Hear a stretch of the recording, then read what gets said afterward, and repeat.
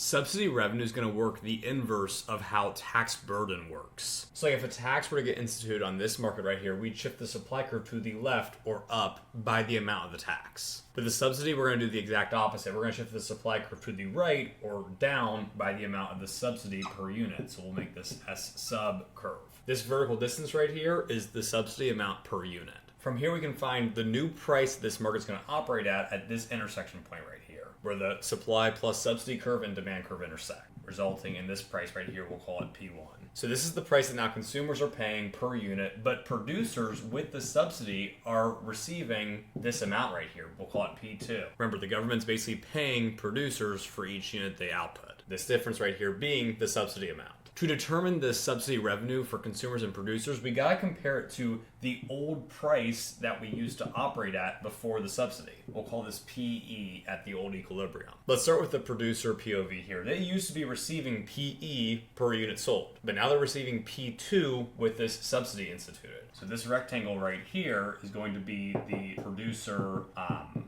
subsidy revenue. Essentially the extra money that producers are receiving with the subsidy. And then from the consumer point of view, they used to be paying PE per unit, but now they're only paying P1 because producers are essentially able to lower their prices that they're selling the good at with the subsidy. So this rectangle right here is the consumer subsidy revenue. Or a better way to phrase it is like the money that consumers are saving per unit now with the subsidy. If you watched this and it made sense and you wish I could just teach you your entire microeconomics class, I can. Check out my website and go through my microeconomics cram kit. I've got over 95 concept breakdowns that take about 2.5 hours to watch, and they're free. So if you're screwed for your upcoming first midterm or whatever it might be, I got your back.